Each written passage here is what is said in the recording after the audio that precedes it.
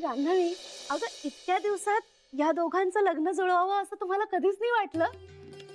कदाचित त्यांच्या लग्नाची गाठ तुमच्या हातून बांधली जाणार असेल. असं झालं ना तर मला खूप आनंद होईल ग.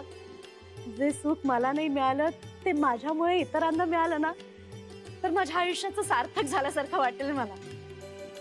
कदाचित तुमच्या वधूवर सूचक मंडळाची सुरुवात त्या दोघांच्या लग्नाने होणार असेल. तुझ्या तोंडात साखर पडो ग. मी मनापासून प्रयत्न करणार आहे. ताई, हे लग्न झालं तर किती बरं होईल ग. जान्हवी, आज खऱ्या अर्थानं माझ्या कामाला सुरुवात झाली असं वाटतंय मला. खूप उत्साह आलाय. अत्यानंद महाराज, अशीच कृपादृष्टी ठेवा माझ्यावर. तशीच मस्त सुरुवात होऊ दे.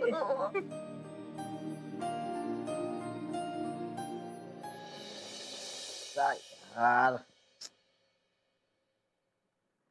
हे कुठे गेले? बाहेर चालायला गेले.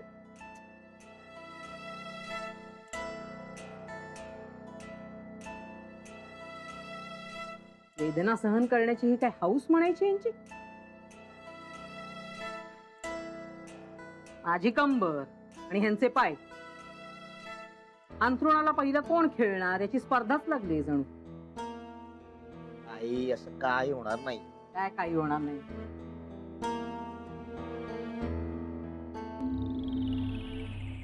हो,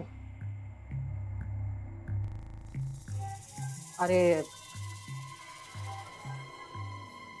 तेच म्हणते मी, आता काही आमच्याच्याने होणार नाही. तेव्हा मला मदत करण्यासाठी तू सून घेऊन ये. आई, तू ह्याच विषयावर जर बोलणार असशील ना, तुम्ही जा. हा, असं कसं जाशील? म्हणून तर बसले ना मी. असं काय करतेस आई? हे बघ, मी अजून लग्नाचा साधा विचारही नाही केला. अरे मग कर की. त्यात तेवढा विचार करण्यासारखं काय आहे? हा, आणि विचार करून काही तुला नवीन शोध लागणार आहे का? विचार करून वेळ वाया घालवशील, आणि वेळ वाया घालवून मग करणार काय शेवटी? जे करायचं तेच करणार ना, लग्नच करणार ना.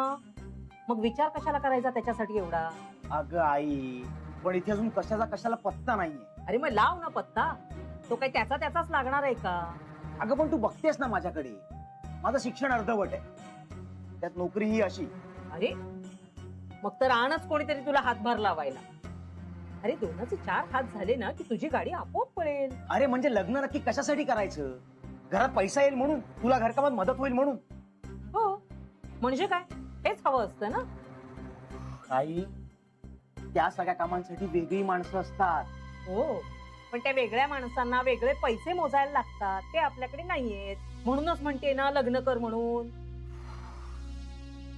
आई, आपण नको बोलूया या विषयावर. आपल्या दोघांचे विचार फार वेगळे आहेत. हे बघ, काही फार वेगळे नाहीये का? आणि हे पुस्तकातल्यासारखं अजिबात बोलू नकोस माझ्याशी. त्या तार्किक चर्चा आहेत ना, त्याच ऐकलेल्या आहेत मी आयुष्यभर. काही उपयोग नाहीये त्यांचा, कळलं ना? जगण्यासाठी पैसाच लागतो. हे बघ, मी काय म्हणते, मुकाट्याने लग्न कर, संसाराला चांगला हातभार लागेल, आणि श्रीमंताचीच मुलगी गटव, म्हणजे आपलाही भार जरासा हलका होईल. आई, आता कुठून गटवू श्रीमंताची मुलगी? कुठलं स्थळ आपल्याकडे चालून येणार आहे? येणार नाहीच आहे, आपल्याला जावं लागणार आहे. कुठे? कुठे म्हणजे काय? वधूवर सूचक मंडळामध्ये. त्यासाठी आधी तिथे नाव नोंदवावं लागतं. अरे मग नोंदव ना. त्यासाठी फी भरावी लागते. ती भरायची नाही म्हणजे? हेच तर व्यवहार ज्ञान नाहीये ना तुला. हे आपल्या जानूच्या मावस सासूबाई सरू मावशी त्यांच्या विवाह मंडळामध्ये तुझं नाव नोंदवूया आपण. म्हणजे आपल्याला फी पण द्यावी लागणार नाही, म्हणजे तशा त्या मागणारही नाहीत आपल्याकडे. ही चांगली स्थळं सुचवतील तुला. आई, आई, तू खरंच असं करणार आहेस? अरे अरे पिंट्या, आज आपण बोललो म्हणजे काही उद्या लगेच लग्न होत नाहीये. वेळ लागतोच की नाही. हालचाल तर सुरू करायला नको का आपण त्यासाठी काहीतरी? तुझा हा नेभळटपणा बंद करत. आणि आता आपण वधूवर सूचक मंडळामध्ये तुझं नाव नोंदवायला जाऊ. आई, तू अशी डोक्यावर नको बसूस ग माझ्या, प्लीज. हे बघ, मला एवढ्यात लग्न नाही करायचं. असं काय करतोस पिंट्या? ऐक ऐक ऐक. आई, प्लीज. अरे पण तू पिंट्या, अरे ऐक. ठीक आहे, आता जा तू, पण मी काही तुला सोडणार नाही अशी.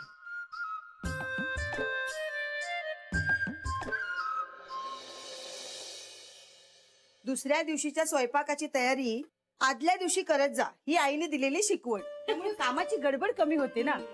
वंच विरजण लावून ठेवले. हा. आणि हो, डाळ भिजत घातलीये.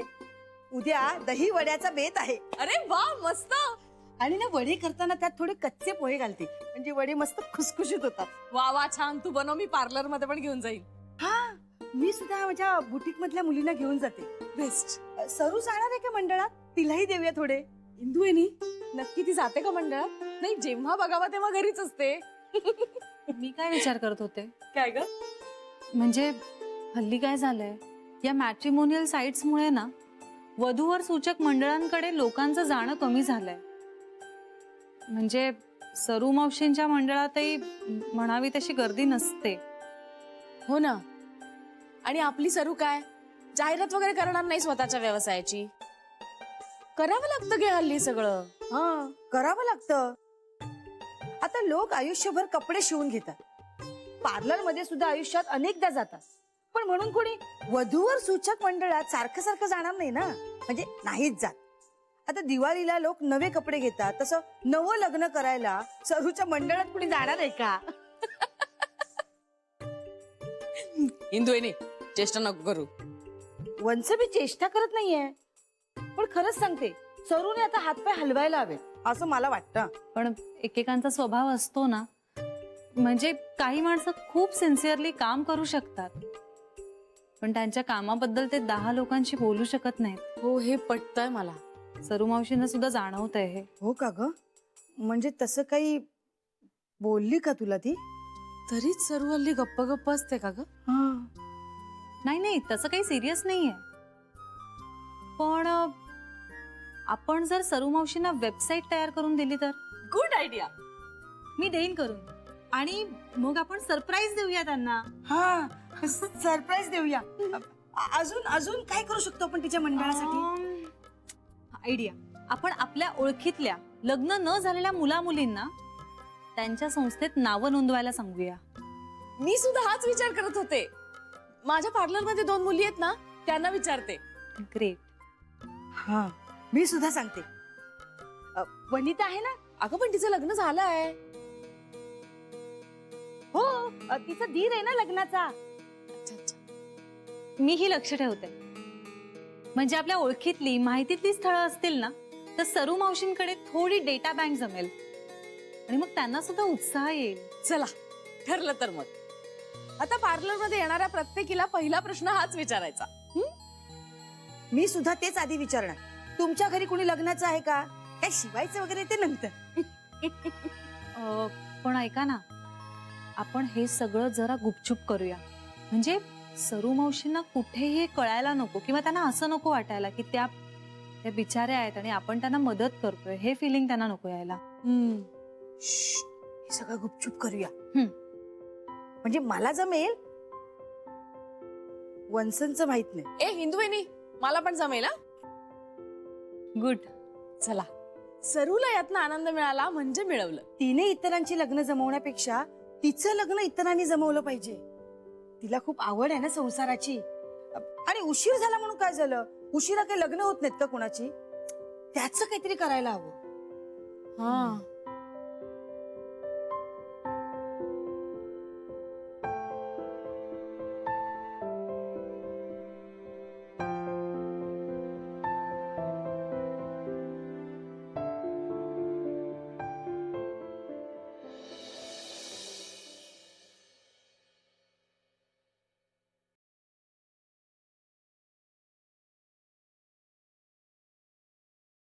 श्री, आज कित्येक दिवसांनी तू घरी लवकर आलायस, माहितीये तुला?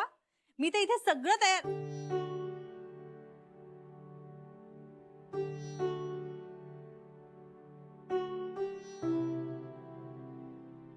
श्री,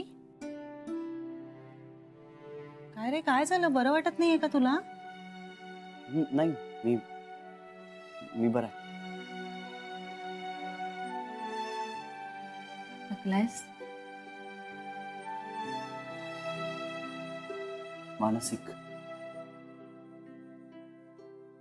मानसिक थकवा आहे. अरे काय झालंय? जानवी मला ना मला मला त्रास होतोय अगं खूप. कसला श्री? अगं ते माझं घर नावाचा अनाथ आश्रम आहे हा. ना, तिकडे गेलो होतो आज मी. तसं मी दर एक 6-8 महिन्यांनी जातो तिकडे. म्हणजे मला मला आवडतं, मला छान वाटतं तिकडे त्या त्या मुलांमध्ये रमायला. सगळं टेन्शन जातं, दुसरं काही डोक्यात येत नाही. छान वाटतं मला. जानवी आज मी तिकडे गेलो ना, तेव्हा तेव्हा पोटात कालवलं ग माझ्या. का? तिकडे ना मला मला 2 तान्ही बाळ दाखवली. एक 8 दिवसाचा आणि एक 10. एक बाळ स्टेशनवर सापडलं आणि दुसरं कचरा कुंडीत. जानवी, जिवंत बाळ जगली तर काय त्यांचं नशीब, आणि मेली तर काय काय कोणालाच दुःख नाही. मग एका भल्या माणसानी ती बाळ पोलीस स्टेशन मध्ये दिली आणि तिथून ती अनाथ आश्रमात आली. पण जानवी, कसं ग? म्हणजे माणसं असं कसं वागू शकतात? इतकी बेजबाबदार, इतकी इतकी क्रूर कशी असू शकतात ग माणसं? नाडलेली असतात श्री, बरेचदा ना परिस्थितीने नाडलेली असतात. अरे मग नका ना जन्म देऊ, नका जन्म देऊ. ही अशी नकोशी संतती होऊ नये याची काळजी घ्या ना. एकदा मूल झाल्यावर त्याला हे असं उकिरड्यावर टाकून द्यायचं. त्यानं वेगळं काय काय हा? काय मनात ठेवून कुठल्या परिस्थितीत वाढणार आहेत का ही मुलं?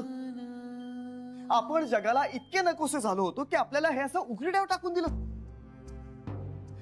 जानवी, अगं माणसं आहेत ती, जिवंत माणसं, मन आहे त्यांना. हो श्री, पण अरे अजूनही माणसांमध्ये इतकं शिक्षण, इतकं अवेअरनेस नाहीये. तेच तर. आणि नेमकी चूक कुठे आहे हे शोधून काढण्यासाठी आपल्याला किती मागं जावं लागेल हेही कळणार नाही. शिक्षणाचा अभाव, भरमसाठ दारिद्र्य, या सगळ्या गोष्टींना अशा अशा एकमेकांमध्ये गुंतलेल्या आहेत. नंतर त्यांनी मला अशा अशा अनेक बाळांच्या गोष्टी सांगितल्या. काही बाळं अनाथ आश्रमाच्या पायरीवरच मिळाली, काही बाळं देवळात, पोलीस स्टेशन मध्ये, पुलाखाली, काही बाळं अशी कागदात कापडात बांधलेली अशी बाजारात फेकलेली मिळाली. काय हे काय हे हे हे सगळं किती भयंकर आहे. म्हणजे आधी हे असा मुलाला जन्म द्यायचा आणि मग नशिबाच्या हवाली करून त्याला नरकात सोडून द्यायचं. जानवी, या मुलांसाठी काहीतरी करायला हवं. अरे करतोयस तू, खूप करतोयस. नाही ग जानवी, कितीही केलं ना तरी पुरेसं नाहीये ते, पुरेसं नाहीये ते. आज हे सगळं बघून मला असं वाटलं ना की मला शक्य झालं असतं ना तर तो अख्खा अनाथ आश्रम मी दत्तक घेतला असता. त्यांचं संगोपन नीट होतं की नाही याची जबाबदारी घेतली असती. तिथल्या मुलांना नीट शिक्षण, अन्न, कपडा लत्ता हे सगळं मिळतंय की नाही याची काळजी घेतली असती मी. तुला कळतंय का जानवी, मला इतका पैसा का कमवायचा आहे? कारण आपल्या आजूबाजूला ना इतकी बेजबाबदार माणसं आहेत. खूप लोकांकडे इतका पैसा आहे ग, मग ते अशा चांगल्या कामांना का नाही वापरत? आपली पुढची पिढी आहे ग ही. मग ती शारीरिक आणि मानसिक दृष्ट्या निरोगी वातावरणात वाढायला नको? कसले ग हे लोक, यांना कचऱ्यात टाकणारे. दर आणि मागे आहेत नुसते.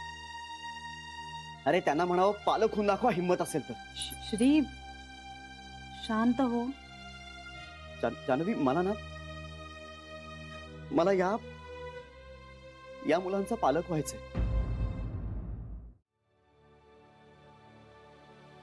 शक्य झालं ना तर अशा सगळ्या मुलांचा पालक व्हायचंय मला. तिथल्या अशा तान्या बाळांना असं हातात घेऊन मला म्हणावंसं वाटत होतं की मी आहे तुमच्या बरोबर, मी आहे. मला शक्य होईल ना तेवढं सगळं करेन मी तुमच्यासाठी. मला हवे आहात तुम्ही. हे असं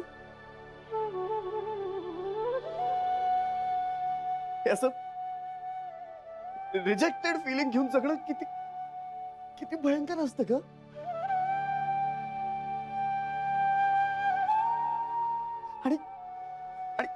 आणि काय दोष आहे त्या बिचाऱ्या बाळांचा? सांग ना मला, काय काय दोष आहे?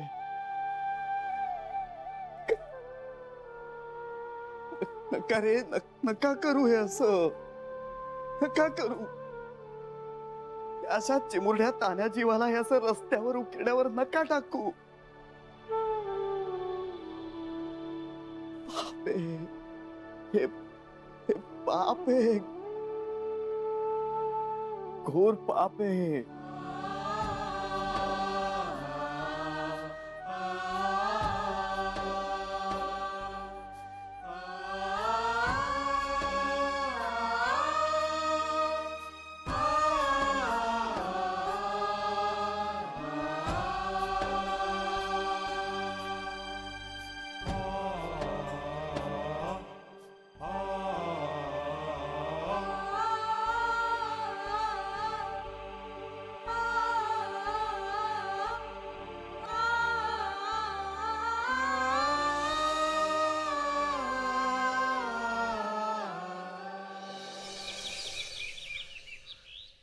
श्री खूप डिस्टर्ब झाला होता काल, खूपच. म्हणजे आपण सहसा असं इमोशनल झालेलं बघत नाही ना त्याला, त्यामुळे मला जरा जास्त त्रास झाला. अस्वस्थ होण्यासारखंच आहे हे. निसर्गानं माणसाला मूल जन्माला घालण्याची कुवत दिली आणि माणूस कसा वापर करतोय त्याचा त्रासदायकच आहे. भैयाजी, अहो पुढे जाऊन काय करेल ही अनवॉन्टेड मुलांची पिढी? म्हणजे त्यांच्या मनात किती निगेटिव्हिटी निर्माण होईल? समाजाबद्दल काय विचार करतील ही मुलं? आणि जर समाजाबद्दल राग मनात ठेवून ही मुलं मोठी झाली तर गंभीर आहे. प्रश्नच नाही. मूल होणं अतिशय जबाबदारीची गोष्ट आहे आणि त्याचा तितक्याच गांभीर्यानं विचार व्हायला हवा. दुर्दैवानं मूल होणं यामागे काहींचा विचार असतो ना, तोच त्रासदायक असतो. म्हणजे वय झालंय, घरचे मागे लागलेत, म्हातारपणी आम्हाला कोण बघणार, आपल्याला वारस कोण, अगदी अग्नी कोण देणार, इथपर्यंत. खरं म्हणजे आपण मूल जन्माला घालायला सर्वार्थानं तयार आहोत का? शारीरिक, मानसिक, आर्थिक दृष्ट्या आपण सक्षम आहोत का? आपण त्याला जगातल्या चांगल्या गोष्टी देऊ दाखवू शकणार आहोत का, याचा विचार व्हायला हवा. पण आईजी, ह्या सोशल कारणांचा पगडा प्रत्येक गोष्टीवर असतोच ना. हो, पण मूल होणं ही अत्यंत पर्सनल गोष्ट आहे. त्या जोडप्यापुरती, त्या दोघांना आणि दोघांनाच मुलाला जन्म द्यावासा वाटला तरच त्याने तो द्यावा. इतर कुठल्याही कारणासाठी, म्हणजे कुणालाही दाखवायला किंवा कुणाचं मन राखायला करण्यासाठी गोष्टच नाहीये ही. आई वडील दोघांनाही त्या बाळाचं स्वागत करण्याची इच्छा असेल तरच त्याने त्याला या जगात आणावं. उगाच त्याचे हाल करण्यासाठी जन्म देऊ नये.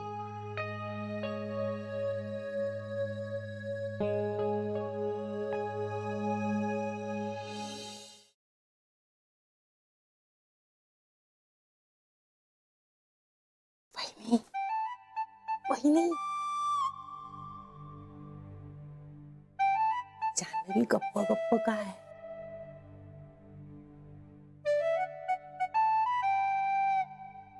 आपण बोललो तर चालेल ना? बहुतेक चालेल. विचारूया का तिला? मूड बरा नसेल तर नाराज होईल, रागवेल उगाच.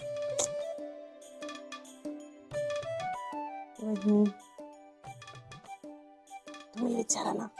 हा का? नाही नाही नाही, तू बोल ना. मी नाही. बोल तू. त्यापेक्षा तुम्ही मोठ्या, तुम्ही विचारा.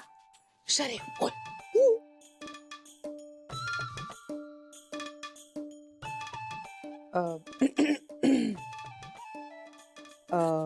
हे सावकाश सावकाश सावकाश. पाणी देऊ का? हे घ्या. थँक्यू जान्हवी. जान्हवी, हा? जान्हवी तू तू मी काय आई? काय नाही तू बस ना बस. अगं बस तू जान्हवी. जान्हवी एक मिनिट वहिनींना तुला असं विचारायचंय की तू श्रीशी बोललीस का? नाही, नाही बोलता आलं. होच का? नाहीच का मिळाला वेळ? नाही नाही, म्हणजे आम्ही बोललो, पण ह्या विषयावर नाही बोललो. अरे देवा. एक वेगळाच विषय चालू होता आणि तिचा मूडही नव्हता, त्यामुळे मग मी हा विषय नाही काढला त्याच्याकडे. अरे बापरे. हो का?